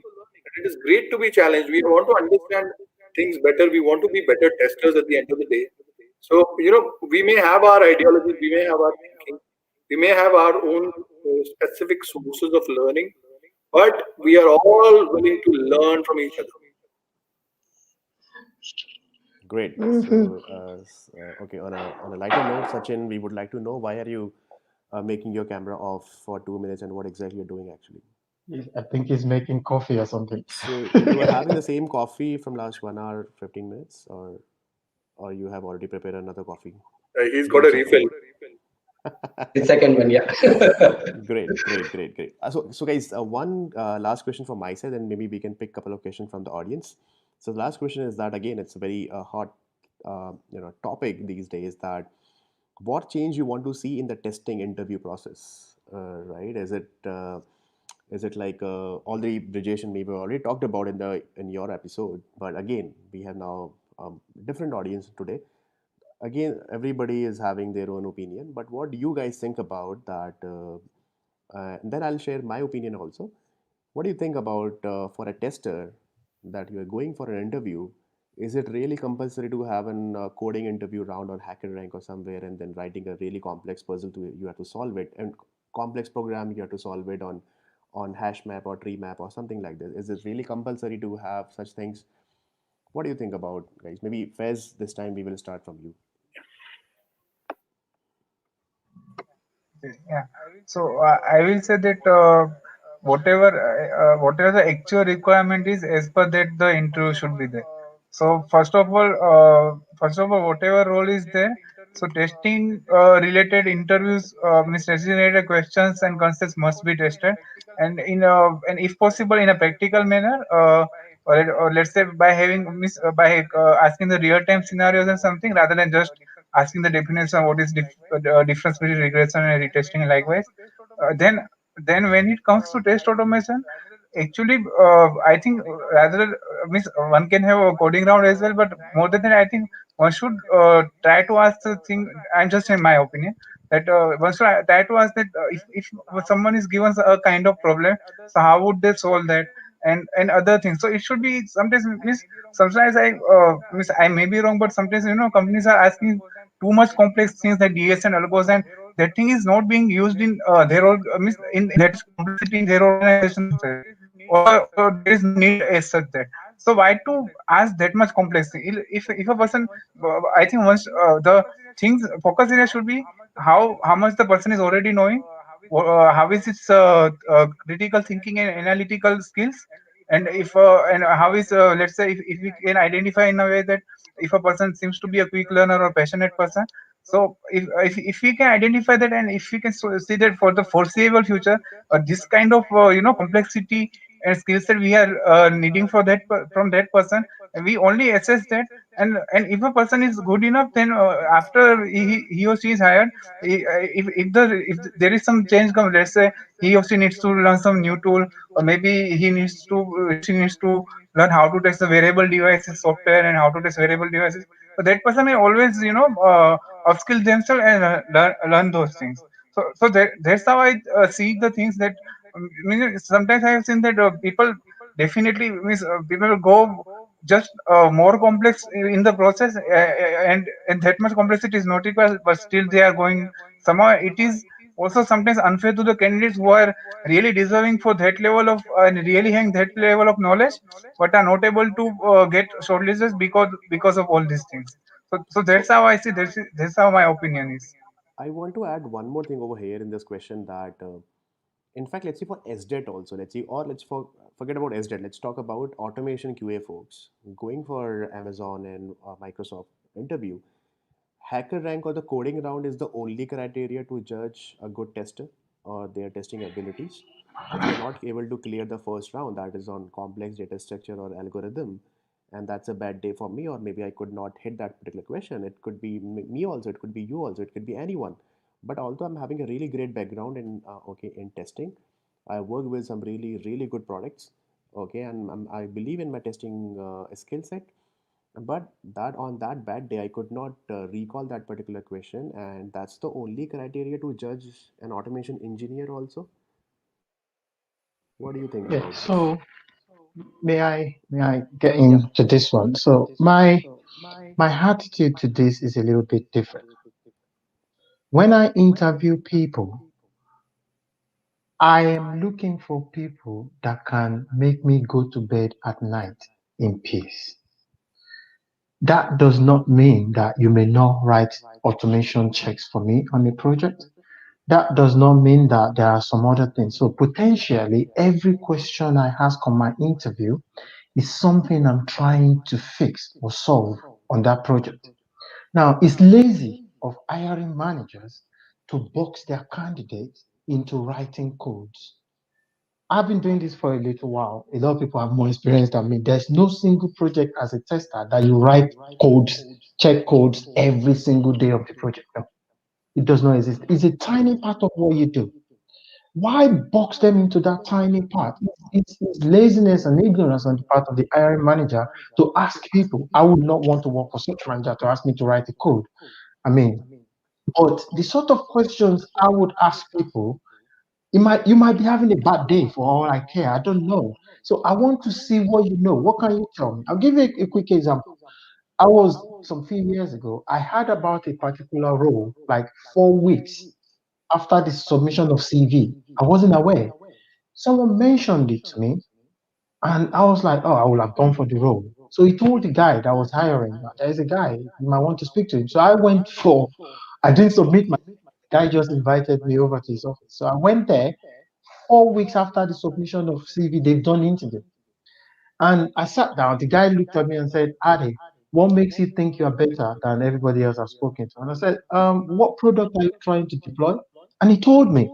And I said, oh, wow. Well, you need to get your Java straight. If you can't sort out your Java, that thing is not going to work. Apparently, the guy building the app have been struggling for about 7 months to make it work. They didn't know about the Java problem. When I mentioned it, he looked at me and go, are you serious? So yeah, I've used the app before. If you can sort out the Java, he didn't ask me anything, remember? He just said, why do you think I should give it back? So he called those guys over and said, bring your laptop over. This guy is telling me something. So he came there and said, say that again. I said, you need to get, I can't remember the particular version of the Java. So you need to get Java version XYZ. And he said, do it here. I did it. That was the first time they saw the interface of the application. Do you think he asked me anything else? If I've walked into his office and he's asking me to write some code or asking me what is regression testing, and he's not going to get that far. So those are the kind of things I look for in an interview. I want you to come there and tell me, look, guy, I can help you. sleep well at night because I can do X, Y, Z. I'm not going to box you in, but I learned over a long. No, I've stopped question person and all. I don't do that anymore for the last 10 years. But what I want to know is, what do you know? What makes you think that you're better at this? Your CV got in front of me. Now you need to convince me that you're the best person for the job. And I see it as ignorant and laziness on the part of the hiring manager asking people to write code. Is that all they have to do every day? Do you not want to ask them or see how they think, or what sort of, those things? And it should not be like that. It should not be asking people to write code. What if their contact list has fallen off on their way there, but because they don't want to be late, they can't go back home and get another a replacement. So you're boxing people into a corner. The reality getting to you.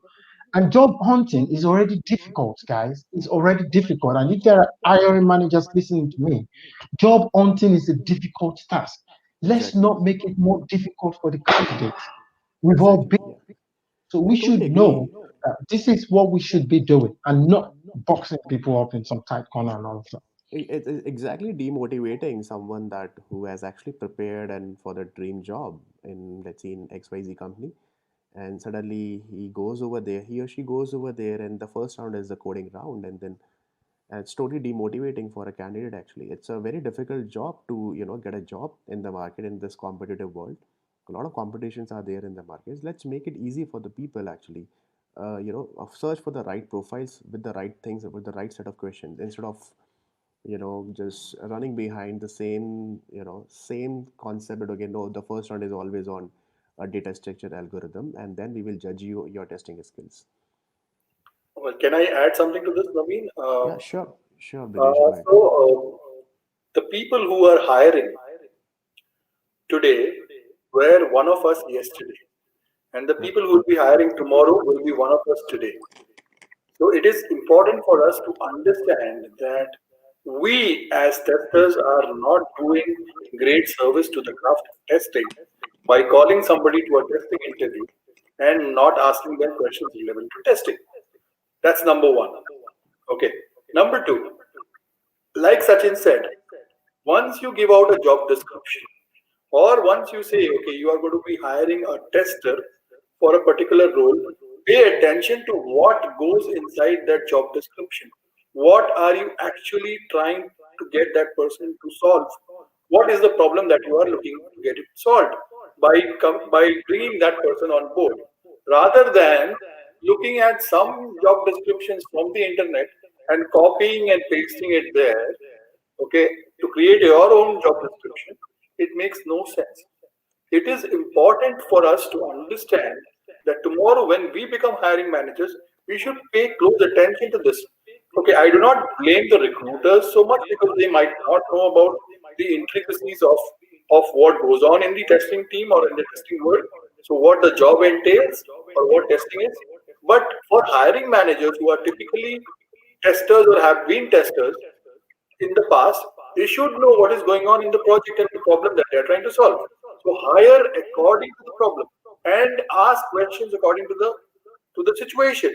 Now, if I were to call somebody for a testing interview, I would ask them to test.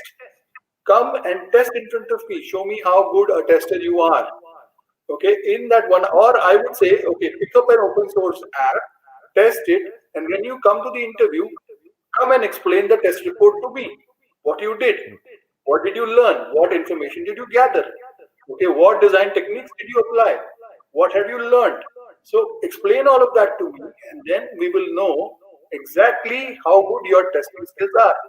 Then if you want to say, okay, I want you to do automation also, maybe then you can ask them, okay, this is what I need, so can you help me solve this automation problem?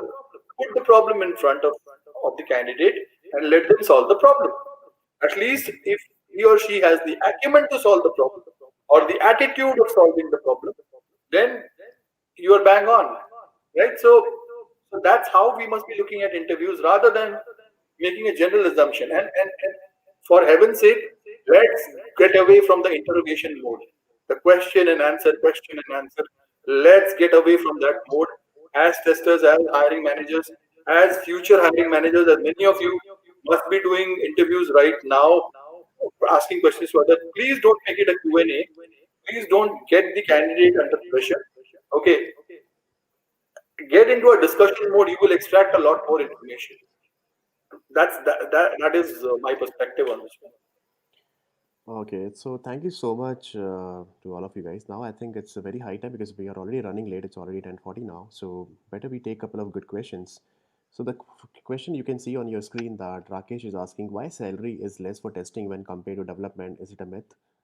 What do you guys think about it? What are we comparing it with? What's the comparison? The What compensation. exactly is what are you comparing it against? When you start having those kind of thoughts or perspective that testing for salary for testers is less compared to development, you are making a lot of assumptions. Now, I don't do well with assumptions because I'm a tester. I don't assume anything.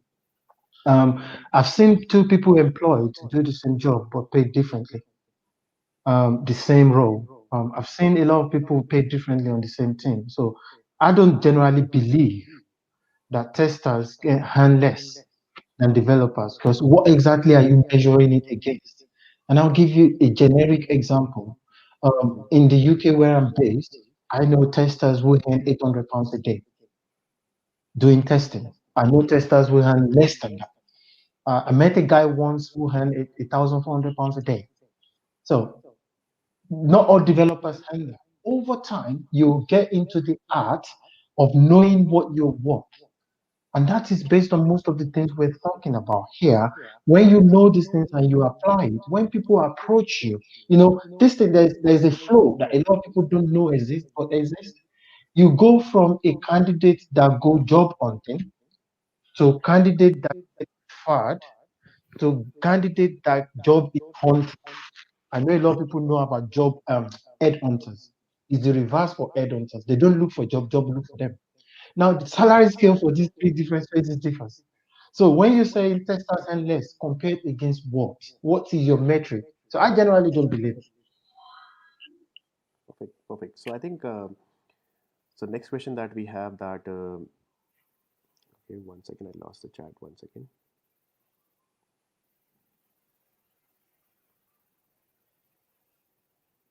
Okay, one second. Yeah, so this question like how to stand unique in this tough competitive QA market. So maybe Sachin Fez, you would like to quickly give an answer for that. Yeah. So stand unique is first of all we need to understand why we want to stand unique. I mean, it's, it's something that a what desire that you want to follow. It's something that is need of that time. Now, if you know that you have to stand unique, you also know that what is that uniqueness. So I would say that you have to self-explore, discover that uniqueness, and then there are multiple ways to convert that particular thing which you are looking for. You can get that knowledge of. For example, if I say I want to be unique, that I can find defect and I can also fix that defect. That's uniqueness what can have. Does it required? If it is not required, let's not go for uniqueness. Be common and achieve, live your dreams. That's a beautiful thing to do. It's happiness, be common. But if you really want to be unique and you have that aspiration, I would say there is a framework which help you. It's an EDCAR framework. Awareness, Mm-hmm. desire, knowledge, action, reinforcement. So you have to aware about what is uniqueness. You have generate desire of being that unique. Go ahead and get the knowledge of how to be unique. Start your action. Then sky is the limit. Right? So that's how you become. Thank That's you. my Okay, so next question we have. Okay, so how can we avoid nepotism during hiring process? This is at peak everywhere. I mean, nepotism. I mean, maybe in terms of IT, we could say it's not like okay that maybe I know someone from a previous company, so I'll take a lighter interview as compared to the normal process. Maybe we can relate to that particular process instead of a typical nepotism that okay, hey, he is my brother and he is my son, so then only I'll take it. So I think we all are young. We don't have such category that okay, in this that okay, my son is already 20 years old, and then someone is looking for the job over there. So it's not like maybe in not in that sense, but generally I don't really think so that okay, it's happening everywhere. The nepotism kind of thing in IT industry that if you know someone and you refer someone, and I think he has to go through with all the 3 4 rounds of interview, HR, and a discussion with the directors and everything. Then only some company will take it. I really don't think so that someone is following this. What do you think about? Quickly, maybe we can take it from Brijesh.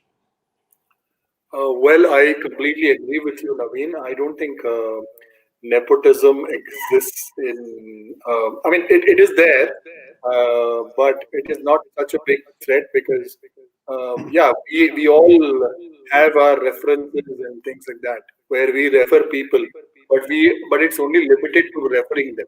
They still have to go through the grind, go through the interview process to get selected. We can't go and tell the CEO, hey, he's a good friend of mine, or she's the wife of my best friend, please hire her, or something like that. That does not work. Okay, so yeah, maybe in some cases it does, but I don't think you should worry about it. Yep. So, Fez, I would like to ask this question to you that what are some innovative ideas to apply in software testing for testers who are not comfortable with coding or not master in automation? So, what are the different innovative ideas you can apply? Yeah. So, miss, if you are not, if someone is not comfortable coding or mastering automation, so I see it in two ways. So, if the person wants to go with coding or not, if he wants to go with coding, then it's another path. If he doesn't want to go, then there are many ways to do that. Miss, they need to learn some techniques. Then they can learn some concepts. There are so many uh, let's say I will give some example that they have considered boundary value analysis or equivalence partitioning. Then there are like models like heuristic testing model by James Bark and Michael Bolton. So there are means lots of things means there are many experienced people who have who have experienced things and who have tried to come up with some things using which we can test in a something different manner, in an innovative manner, and also in a more effective manner. And also, let's say if you don't want to go with any other concept, so just read through all the concepts and just try and explore, and try to come up with your own kind of way to test the things. So I think that's the way one can be innovative. One can use maybe things like mind maps as well. There are many things one can be innovative while doing testing. So there is no limitation to as such that you have to stick to, or you have to stick with some kind of concepts only. You have to do it like this way only. So there are means one can use this kind of models or this kind of concepts, or can come up with their own concepts. So there are many things. That's how I see it. Mhm. Perfect. So, the next question that we have that I think maybe Teapot and Brijesh, you were the right person to give the answer for that. Why are the opportunities for 14 to 15 players years of experience candidate are very less, especially in testing? Most of the requirements are only for candidates between 3 to 8 years. I think, yeah, even everybody has faced this particular challenge, and we accept that, okay, after 13 years or 14 years, you have certain responsibilities, and people are expecting a lot from you in terms of your responsibilities, in terms of your knowledge and everything, in terms of your maturity level also in the industry. So definitely, you cannot compare yourself with 3 to 8 years experience guy after 14 years or 15 years. So Brijesh, I think let's start with you. Like, what do you think about this in this situation? I think you gave the answer partly already. If you are comparing yourself with 8 years experience range, then you are doing the wrong comparison. Hmm. First of all, secondly, when you go up in terms of your experience, you are expected to have a lot more knowledge, be a lot more capable in terms of sharing that much of responsibility. And typically in organizations, you would see that uh, those kind of opportunities are generally limited because companies have that kind of an hierarchy structure where they have probably one manager and you know uh, one test lead under him or two test leads under him, and then a big team. So a lower experienced tester will have more opportunities because it's a 20-member team already. we have to understand the dynamics. The team dynamics is very important there. When you talk about, there's another way that I look at this question is the moment you get 14, 15 years of experience, you suddenly see that, oh my God, now I have been in the industry for 14 years. I have done only testing without any tool. I don't. So another way of looking at it is in terms of your skill set improvement. How good are you in doing a self analysis? Okay, are you self aware that there are things that you need to know, there are things that you need to learn, there are things that will make you a better tester? If you do that analysis, you will find yourself wanting to do a lot of things that you haven't been doing so far. So I put it in three things. First thing, in the initial stages of your career, it is all about self confidence. In the second stage of your career, which is probably around 10 to 15 years of experience, it is more about self awareness. You have to be aware of what you know, what you don't know, what are the things that you need to learn that will make you a better person. After 15 years of experience, when you reach a stage where you have to tell people about what it is, then the process of self discovery begins. You discover yourself as a leader, you discover yourself as an influencer, as Sachin was saying a few minutes ago. And that's when you see, okay, there are other things that people are expecting from me now. So I would take the knowledge and the learning to a different level. So yeah, that would be my way of answering this question. I hope that answers. Yeah, Yeah, thank I'll you just both. quickly add to that, British. I completely agree with everything you said. But when you get to a point where you can look back and say you have 15 years experience in a particular field or doing a particular job, I look at you as somebody that should be something or have something to offer that field. When you get to that point of that level of experience, you should ideally be a subject matter expert at something. It's no longer, you're not just starting out. I wouldn't know why we are comparing people who have 80 years experience with people who have 15 years. To be honest with you, anybody that has 15 years experience in a particular field and they've exerted themselves and they've been through the phases Bridget mentioned, at that point in their career, they are almost an authority on what they do because they spent the last 15 years doing it. So they should be at the forefront of innovation and changes, teaching and mentoring people. So it's not a lot of 15-year experienced people that I've seen that are looking for work. So when I've had almost over 20 years now, or 23 or 22 or something. I've never been short of opportunities. As a matter of fact, I was telling the guys a few weeks ago, the last time I did an interview was like 7 years, because now, when I go and visit a client, I do an analysis for them and tell them, this is what you need to do. This is X, Y, Z. If they want to engage me, they engage me. That's fine. I'm a private consultant anyway. And I go about teaching people how to do it. So when you have that level of experience, please, for the sake of your career and what you do after that, because we need to be mindful of the fact that as human beings, we're living longer. So Exactly. the retirement age is no longer 60, 70. You have people that are still 80 and doing stuff. So you need to look after your career. So when you are 15 years in, you have something to offer the community you've worked in for the last 15 years. And those things kind of take care of themselves. Perfect. So that's a great thing that you guys have shared your experience. I think it will really helpful for them who are actually crossed 13 years, 14 years. We have to be serious about, guys, that you should not compare with 3 to 8 years. You have to raise the bar high. Definitely, you have to be, take the responsibilities and ownership. And yeah. So then, last two questions I'll take.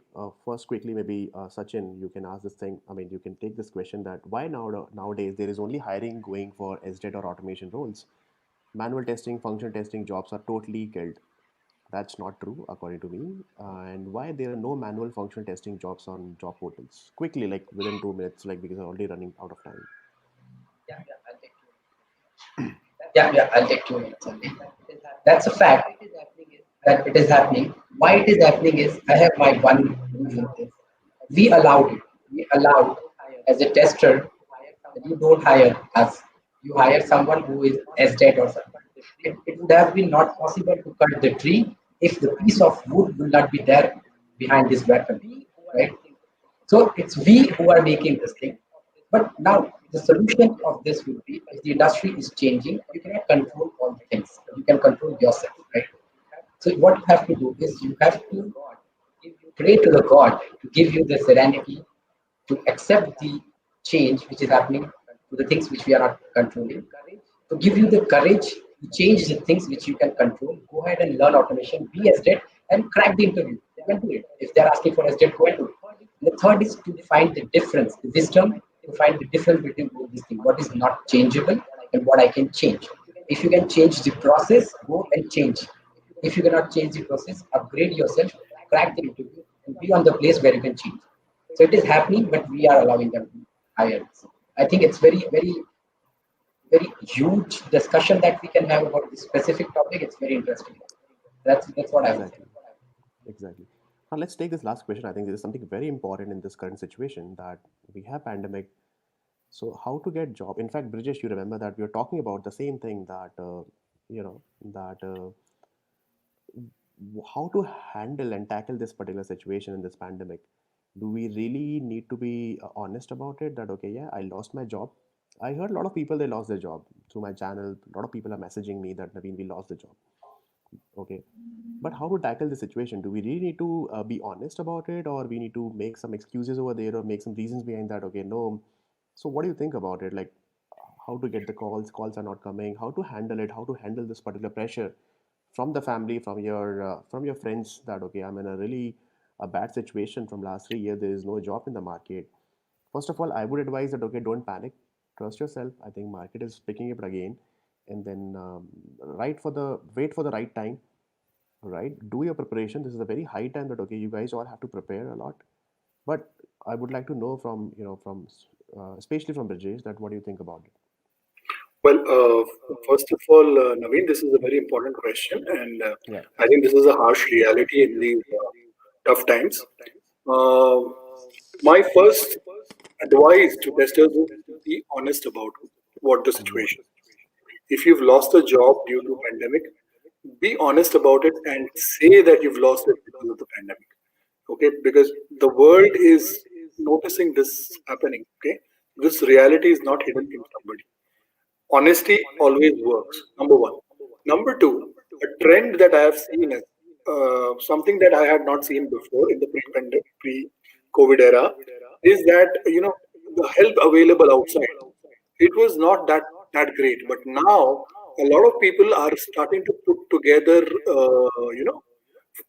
PDF files or repositories, collecting job information from whatever the possible sources and giving it out. Like, for example, every day on my LinkedIn feed, I get at least two people sending me jobs of the day. Yeah. So because there are lots of jobs also available, it's just that we are not finding the right screw for the right word, if I may use that term.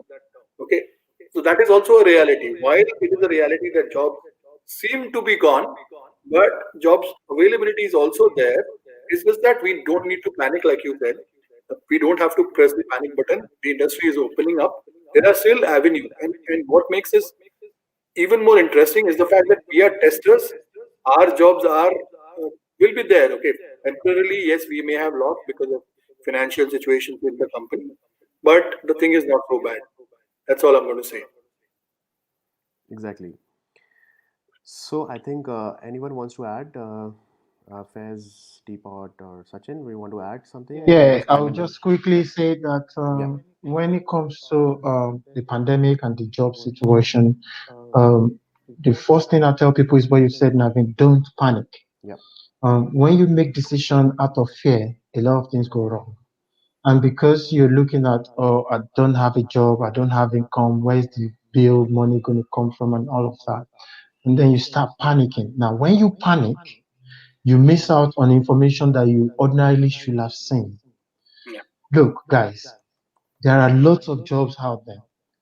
And another thing, the pandemic has broken down a lot of barriers. Most of these jobs are remote now. So, which means you can look for a job in any part of the world. So, don't limit yourself to that corner of the globe where you are. The pandemic has taken down barriers anyway. No one can get to the office, no one can go into, so you can work from. So go for it. What's the worst that would happen? They would say no. Yeah, then move on. If you don't try, you don't know. So don't think, oh, there are no jobs. There are jobs. I never tell myself no jobs because I believe so much in what I say. So I always look for jobs, but it might not be where I want the job to be. Now I live in London. There's can't see any opportunity here. I realize people can't get to the office. Okay, well, what stopped me from looking for a job in New York or in Germany or anywhere? They don't need me there. I should only be able to do it remotely. So don't limit yourself. Go for it. Wherever you see the opportunity, go for it. If they ask you where you are, tell them honestly where you are. If they ask you what you're doing and why you think you can get a job, tell them why you think you're doing. Be honest with it. Look, guys, I lost my job a few months ago due to the pandemic and all of that, but now I'm back in the market. I'm ready to go. They will ask you questions. The fact that you got that far for someone like me will give me a lot of reasons to want to listen to you. So, oh, you actually where? Oh, I'm in India. You do realize this is based in Sweden. I know, but look, everyone is working remotely now. Why don't I just try? Someone like me will. So don't limit yourself. Do it remotely wherever you are. If they ask you for anything, tell them. If they say no, move on to the next one. There are thousands and thousands and thousands of jobs today everywhere in the world, and you can apply for every single one of them if it Great. matches your skill set. Great. I think that's all for the questions. I think such a great discussion, great questions people were asking, and then nice conversation we had it today. Now, I would like to request any of you guys that can you please share your TTC Telegram group and the YouTube channel link quickly so that guys please join this Telegram group. I am also part of it. More than 900 people are already there. You just need to download a Telegram app in your phone first of all, I will and give a then tip here, guys. Naveen. I'll give a tip. If you are Yeah, on yeah, sure. Telegram, just search for the test chat TTC, and you will find the group. I've made it open, so you can just join. You don't need a specific invite or a link. So you need the Telegram app. You can search for the test chat and join. Yeah. And I want to take this opportunity to thank you, Naveen, for giving us this opportunity to talk to you and through you to the audience. You know, you have been a great teacher for us through your videos and through your channel, and we are really grateful to you and would like to wish you a very happy Teachers Day. Thank you for being that immense support for the community. You give us a lot of motivation and hope we are able to reflect back to the community the same amount of motivation that we get from you. So keep up the good work, Naveen, and to all the testers out there listening to us at this moment. You are a tester, you are a champion, is what we say, and that's what we believe. So you are all unique. Be a part of the community. Let us get rid of the misconceptions. Let us, make sure that we build and keep our trust in the craft of testing. So that's my final note to all of you. Thank you so much for listening to us. Yeah. So, one final note from my side, exactly, guys. That first of all, thank you so much, TTC, and to all of you. Like, that's a great conversation, and it's my honor to have you on my channel and in this live stream. Although we were having some initial couple of logistic issues, but that's I think now it's perfectly fine. One thing I want to appreciate TTC that the women in testing, the kind of series that you guys started and promoting women in testing, what kind of things they are doing, and because I really respect a woman and they are having a lot of responsibilities, their personal life, their professional life, they have to bear a lot in in the society, not even in India, in fact everywhere they have a lot of responsibility. They are, I mean, they are a mother also, they are a wife also, a girlfriend also, and a lot of things they have to take the burden on their shoulders, and the same time they are doing their work. And it's a really, I really appreciate Brijesh and team, that guys, that you're promoting and taking the interviews and promoting to on social media what kind of work they're doing. I really, really appreciate that. That was like every single chapter I have seen on your YouTube channel, and that's a great thought people are spreading, and such a great thing. Okay, all the women, okay, showing their interest in testing, and I'm pretty much sure that okay, a woman is more and more powerful as compared to men, because they have more and that's why like they are really good in testing also. Okay, because we are all from the testing profile. So thank you so much, guys. Please join TTC, support TTC, support these people, and you guys can follow these people on LinkedIn as well. And definitely, I'll share their LinkedIn profile in the description of the video also, along with the YouTube channel. And thank you so much, guys. Thank Thank you. you, guys. Thank you so Thank much, you. Navin. All right. So definitely, guys, that we will have more and more, sessions in future as well, and on different various topics. Right? Maybe it could be different topics because there are still so many open questions are there in the market, and then we would like to have a such a nice discussion and a unique discussion with all of you. Okay, with the like-minded people like you guys. Thank you so much, guys. Have a Thank great you. day in US, and then such a great evening and good night for all the Indian folks. Thank you so much, guys. Bye bye. Thank you. Thank Bye you. bye. Yeah. Thank you. Thank you everyone. Bye bye.